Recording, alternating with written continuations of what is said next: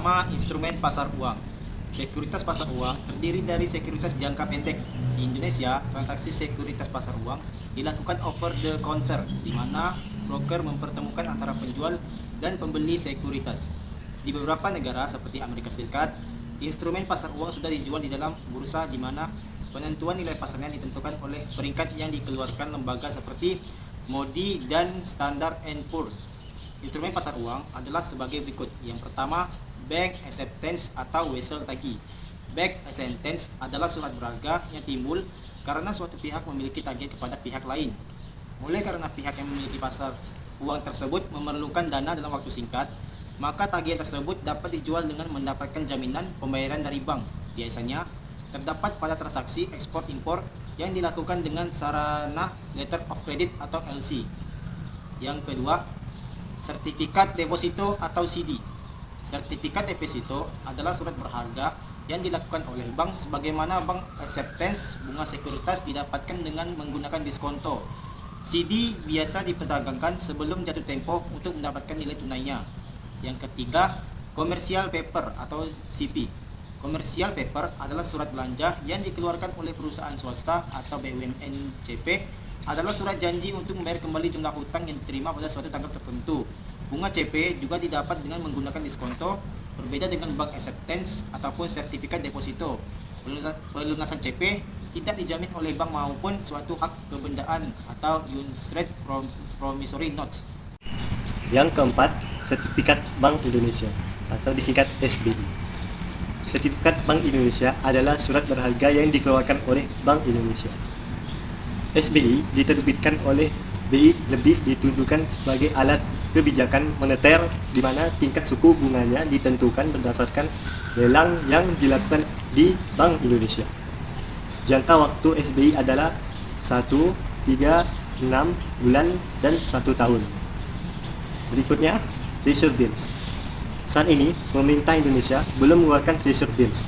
Namun, direncanakan dalam jangka waktu yang dekat, pemerintah akan mengeluarkan Treasury Bills. Pemerintah AS mengeluarkan Treasury Bills dalam jangka waktu 91 atau 182 hari, atau ditawarkan mingguan, atau 52 hari ditawarkan dalam bulanan.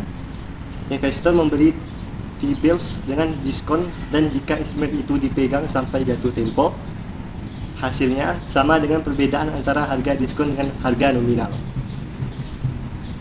Terakhir, Repurchase Agreement and Reverse Repo.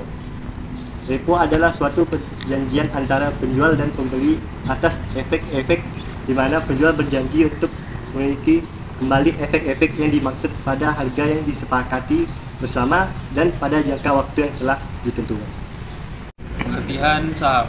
Saham stok merupakan salah satu instrumen pasar keuangan yang paling populer. Menerbitkan saham merupakan salah satu pilihan perusahaan ketika memutuskan untuk pendanaan perusahaan. Pada sisi yang lain, saham merupakan instrumen investasi yang banyak dipilih para investor karena saham mampu memberikan tingkat keuntungan yang menarik. Saham juga dapat didefinisikan sebagai tanda penyertaan modal seseorang atau pihak badan usaha dalam suatu perusahaan atau pendapatan perusahaan. Klaim atas aset perusahaan dan berhak hadir dalam rapat umum pemegang saham atau RUPS. Bursa saham adalah tempat di mana dapat menawarkan sahamnya untuk dijual. Mereka melakukan hal ini melalui pendanaan IPO. Setelah penawaran perdana, ribuan atau jutaan investor yang telah membeli saham tersebut dapat kembali ke bursa saham untuk menjual sahamnya kepada investor yang lain, sehingga dimulailah perdagangan saham. Bursa saham hanyalah semacam tempat penampungan untuk perdagangan ini. Jenis-jenis obligasi. Yang pertama ada obligasi pemerintah, government bonds, yaitu surat utang negara dan ORI atau obligasi retail Indonesia. Yang kedua adalah obligasi korporasi atau corporate bonds, diterbitkan oleh perusahaan swasta.